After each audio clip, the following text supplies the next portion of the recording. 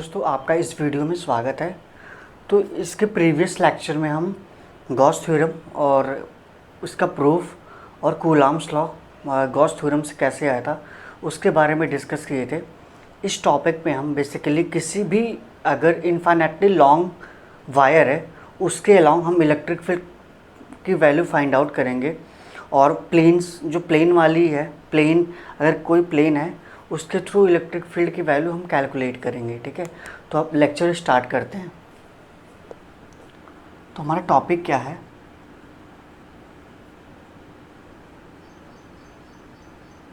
Electric field due to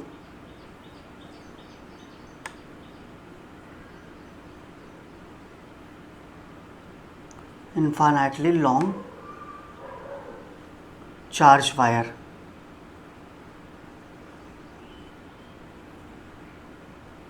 ठीक है, अब इसमें हम क्या बात करेंगे कि electric field due to the infinitely long charge wire.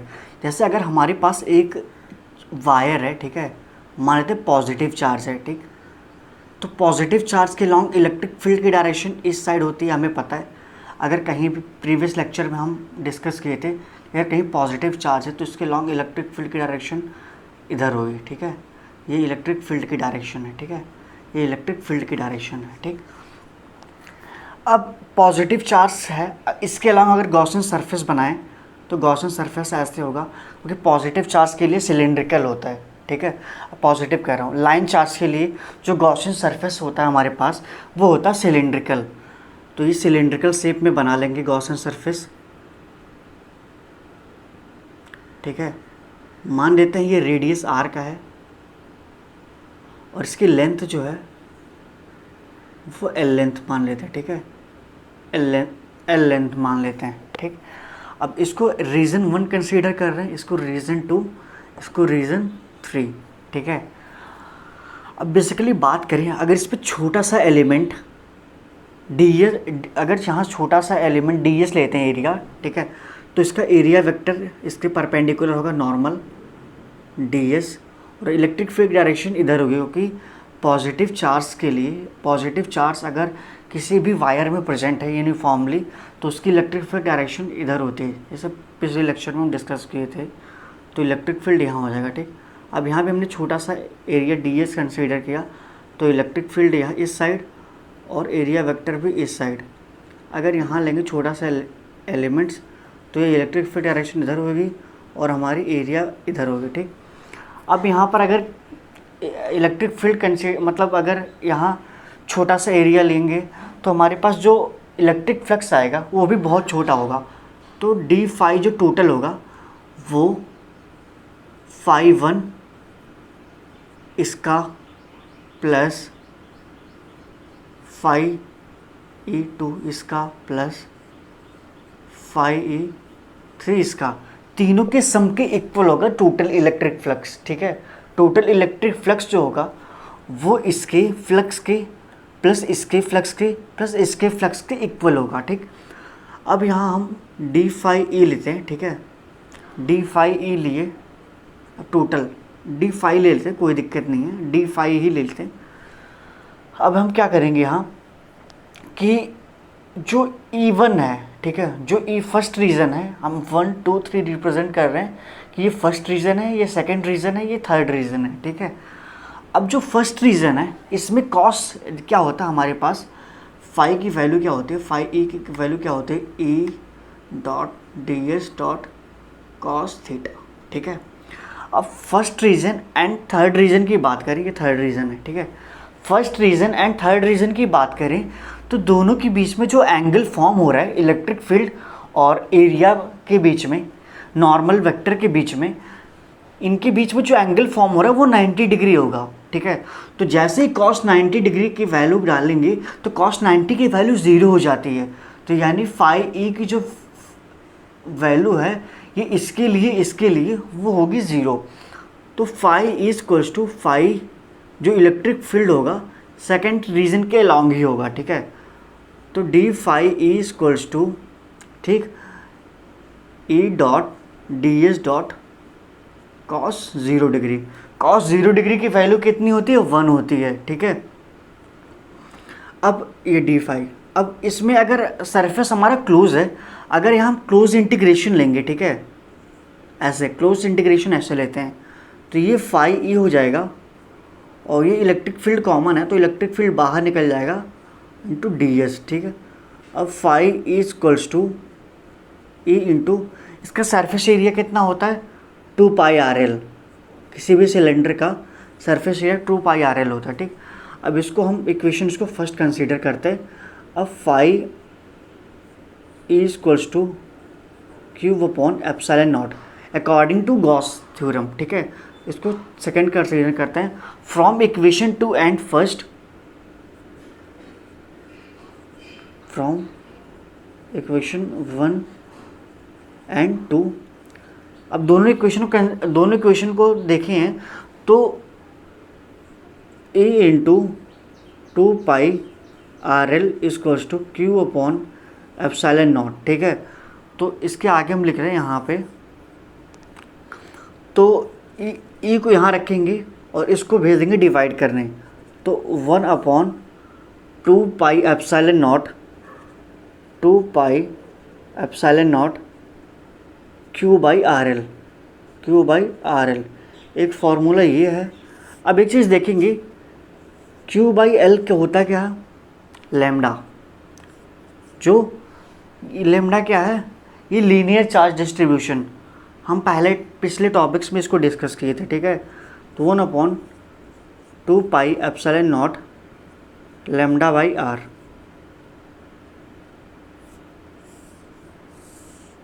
जो हो जाएगा, ठीक।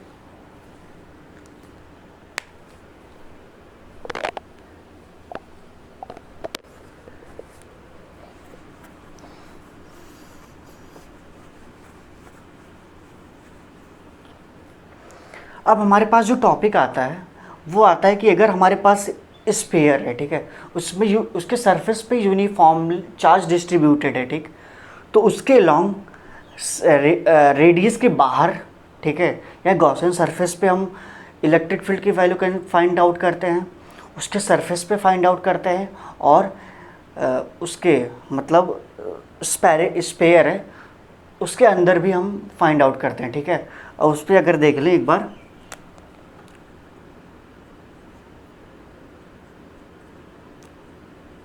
Electric field due to uniformly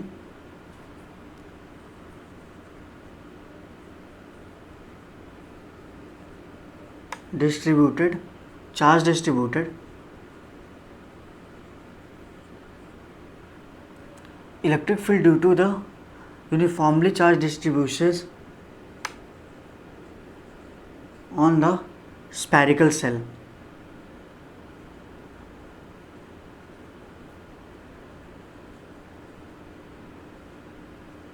तो उसमें 3 केसेस आते हैं कि मानते हैं उसके सरफेस के बाहर, ठीक है, वो स्पेरिकल सेल के बाहर इलेक्ट्रिक फील्ड का फाइंड आउट करते हैं, एक सरफेस पे करते हैं और एक सरफेस के अंदर करते हैं। तो पहला क्या है, व्हेन द पॉइंट पी पे हम निकालेंगे, point P lies on outside, when the point P lies outside of spherical cell.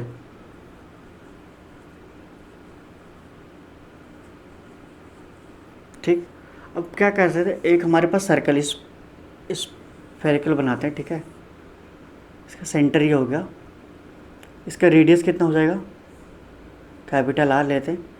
जैसे हम देखते हैं अगर हम यहाँ फाइंड आउट करना चाहें, ठीक है, तो यहाँ से का डिस्टेंस स्मॉल आर हो जाएगी, ठीक।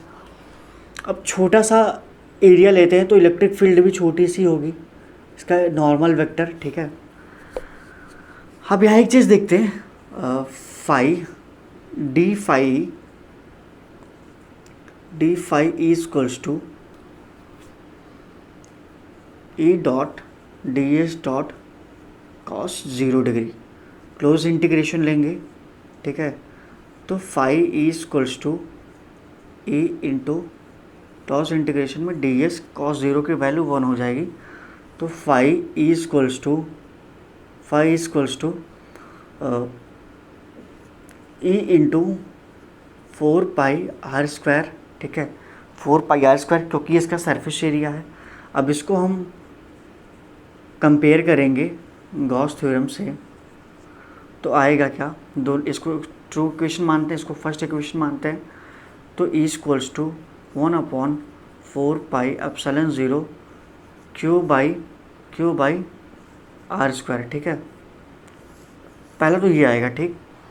अगर देखें Q की वैल्यू क्या होती है, Q जैसे अगर सिग्मा इक्वल्स टू Q/एरिया, ठीक, एरिया इसका क्या है, सरफेस एरिया 4πr², तो Q की वैल्यू क्या हो जाएगी, E equals to 1/4πε0 sigma 4πr² upon small r, ठीक, स्मॉल r², ठीक। अब ये 4π कैंसिल आउट हो गया। अब E equals to 1/ε0 into sigma r² upon r²। इस आउटसाइड जो होगी इलेक्ट्रिक फील्ड की वैल्यू ये आएगी, ठीक है। अब उसके सरफेस पे देख लेते हैं, उसके सरफेस पे कितना होगा।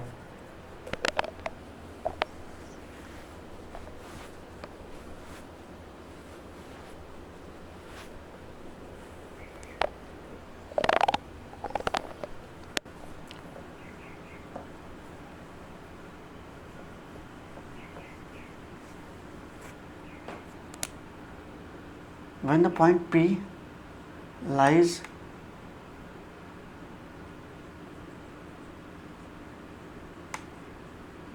on the surface of spherical cell, spherical shell देखते हैं उसके सरफेस पे, तो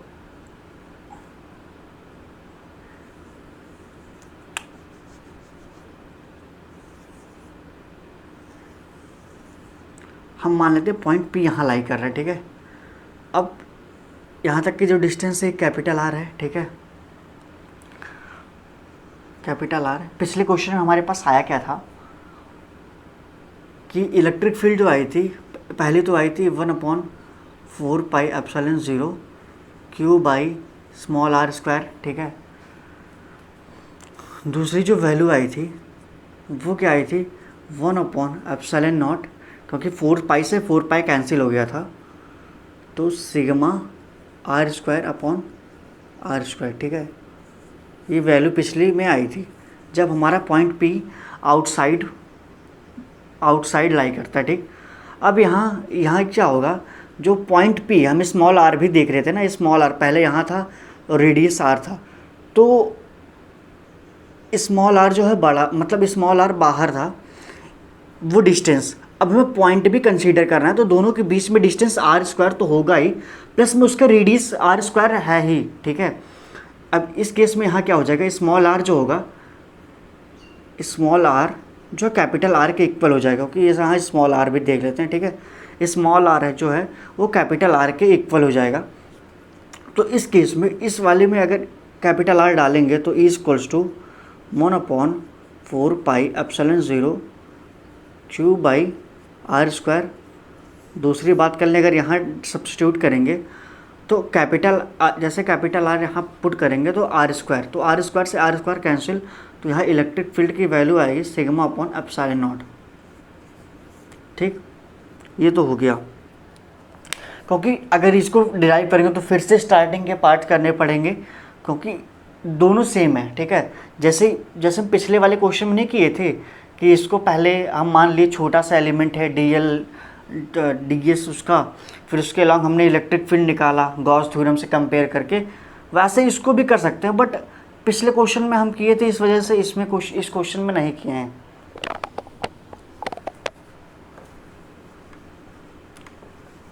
अब क्या देखते हैं कि इनसाइड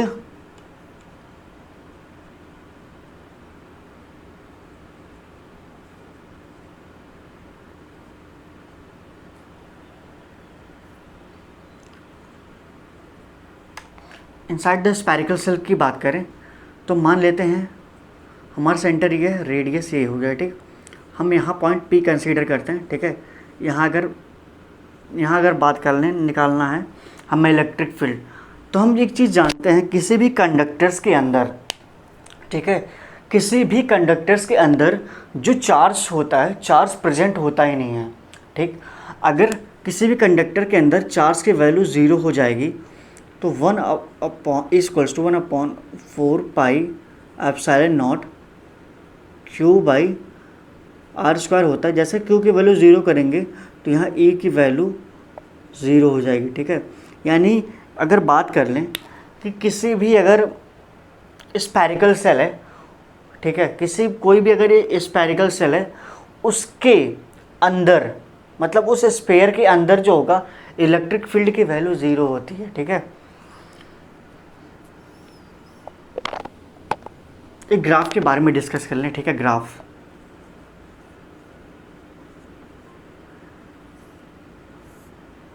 ये इलेक्ट्रिक फील्ड है, ये डिस्टेंस है,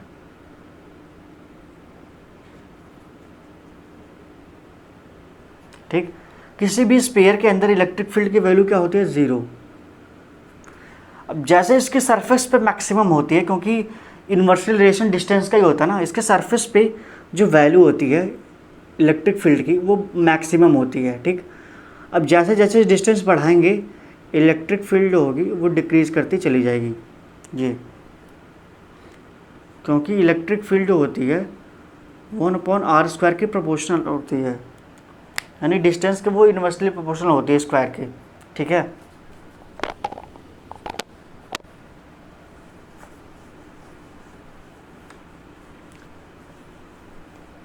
अब हमारे पास इस चैप्टर में जो क्वेश्चन मतलब टॉपिक बचे हुए हैं वो 2 टॉपिक बचे हुए हैं, ठीक है। एक तो किसी अगर यूनिफॉर्मली प्लेन सीट है, ठीक है, यूनिफॉर्मली चार्ज अगर कोई सीट है उसके अलॉन्ग इलेक्ट्रिक फील्ड निकालना। एक अगर हमारे पास पॉजिटिव नेगेटिव प्लेट्स हैं उसकी अलग अलग रीजन पे इलेक्ट्रिक फील्ड निकालना, वो दोनों टॉपिक बचे हुए हैं, तो उसके बारे में भी हम डिस्कस कर लेते हैं। तो हमारे पास जो टॉपिक है इसका ये है electric field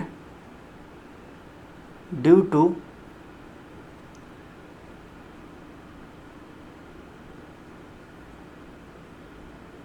uniformly charge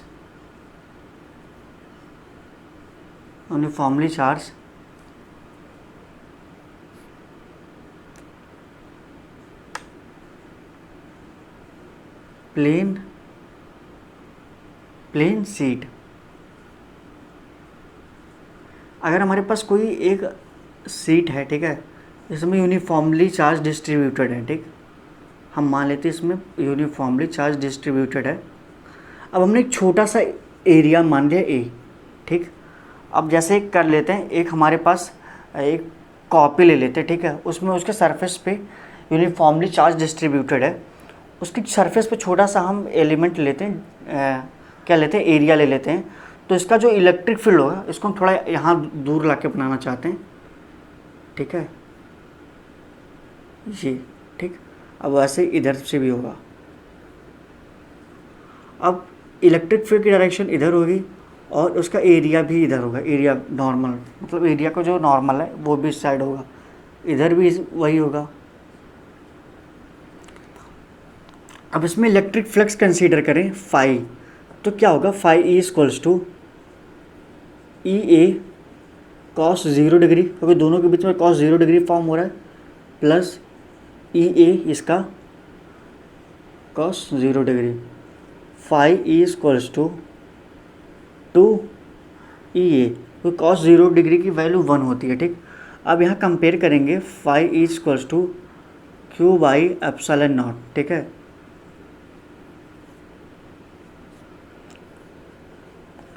from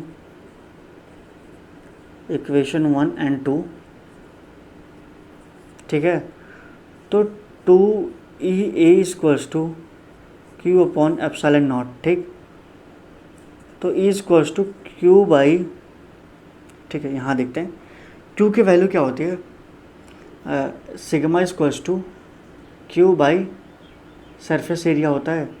तो क्यू की जगह हम क्या लिख सकते हैं, 2EA इक्वल्स टू क्यू की जगह sigma A upon epsilon not, A से ए कैंसिल, यानी E equals to sigma upon 2 epsilon not.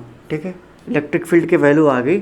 अगर इन्फानेटली चार्ज कोई सीट है, ठीक है, अगर उस पर चार्ज डिस्ट्रीब्यूटेड है किसी भी सीट पर, तो उसके लॉन्ग इलेक्ट्रिक फील्ड की जो वैल्यू होगी E equals to sigma upon 2 pi epsilon 0।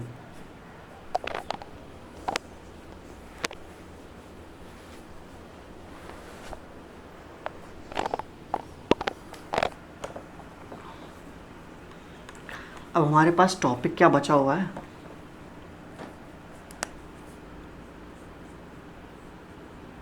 Electric field due to opposite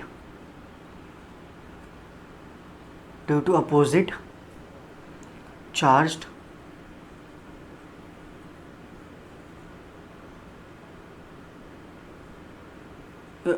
charge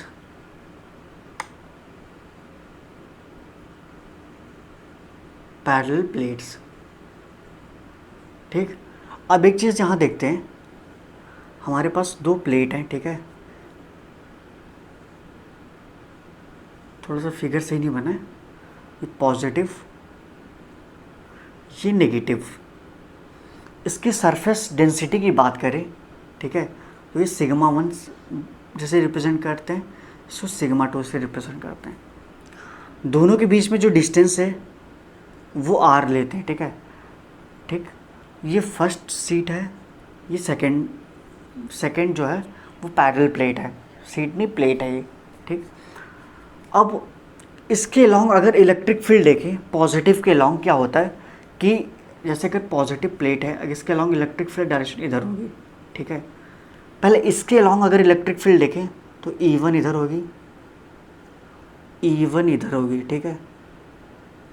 अब पॉजिटिव है तो यहाँ भी E1 इधर ही होगी। ठीक, अब इसके लॉन्ग देखते हैं, सॉरी ये E1 होगा, इसके लॉन्ग निगेटिव है तो इसकी डायरेक्शन अपोजिट हो जाएगी E2। ठीक, नेगेटिव है तो इसकी तरफ हो जाएगी E2, नेगेटिव है तो इसकी डायरेक्शन ये हो जाएगी E2। ठीक है, अब इसको फर्स्ट रीज़न मानते हैं, इसको सेकंड रीज़न मानते हैं, इसको थर्ड रीज़न मानते हैं। देखने में तो लग ही रहा है कि एक की डायरेक्शन इधर है, एक की डायरेक्शन इधर है, इसमें दोनों डायरेक्शन सेम में है, इनमें भी दोनों अपोजिट डायरेक्शन में है। तो फर्स्ट रीज़न और थर्ड रीज़न में जो इलेक्ट्रिक फील्ड की वैल्यू होगी वो ज़ीरो हो जाएगी। जो भी इलेक्ट्रिक फील्ड की वैल्यू होगी वो रीज़न सेकंड में ही होगी। वो कैसे होती है आगे कैलकुलेट कर लेते हैं। इन रीज़न फर्स्ट में मानते हैं, ठीक है, इन रीज़न फर्स्ट में मानते हैं। तो इलेक्ट्रिक फील्ड की बात करें E1 की बात, तो minus sigma 1 upon 2 pi epsilon 0 into r cap. ठीक, अब यहाँ डाउट आ रही होगी कि यहाँ नेगेटिव कैसे आया।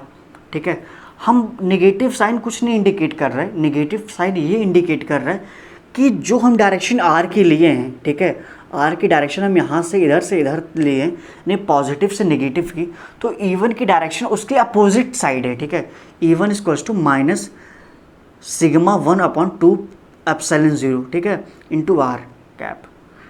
अब E2 की वैल्यू क्या हो जाएगी, सिग्मा 1 अपॉन 2 पाई 2 एप्सिलॉन नॉट इंटू ये सिग्मा, ये होगी E2 इंटू आर कैप। अब यहाँ देखते हैं क्योंकि E2 की डायरेक्शन इधर है आर के डायरेक्शन में, तो ये पॉजिटिव हो जाएगी। ठीक, अब नेट की बात करें, नेट इलेक्ट्रिक फील्ड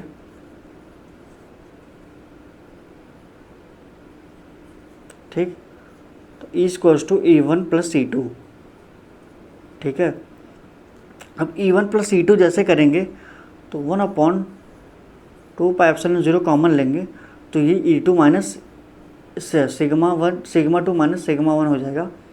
अगर हम क्या मानते हैं कि सिग्मा 2 और सिग्मा 1 जो है इसकी वैल्यू सिग्मा के इक्वल है, तो जैसे यहाँ इसमें सिग्मा डालेंगे 1 अपॉन 2 पाई एप्सिलॉन 0 सॉरी 2 पाई कह रहा हूँ, 2 एप्सिलॉन नॉट, और यहाँ सिग्मा जैसे डालेंगे तो सिग्मा माइनस सिग्मा तो ज़ीरो हो जाएगी, ओवरऑल वैल्यू ये ज़ीरो हो जाएगी। ठीक, ये फर्स्ट रीजन की बात है। फर्स्ट रीजन पे जो इलेक्ट्रिक फील्ड की वैल्यू होगी वो ज़ीरो हो जाएगी।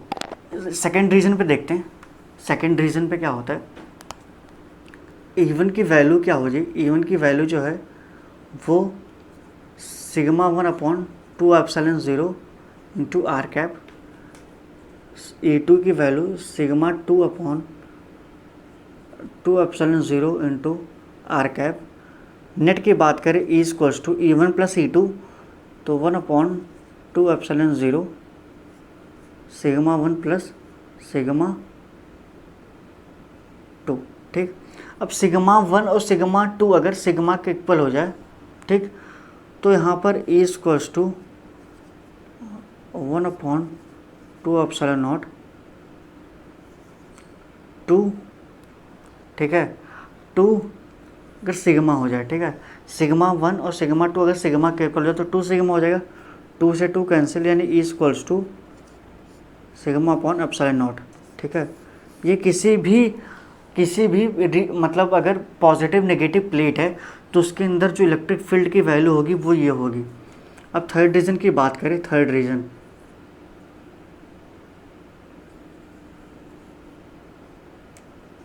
थर्ड की बात करें तो E1 equals to sigma upon 2 epsilon naught into are.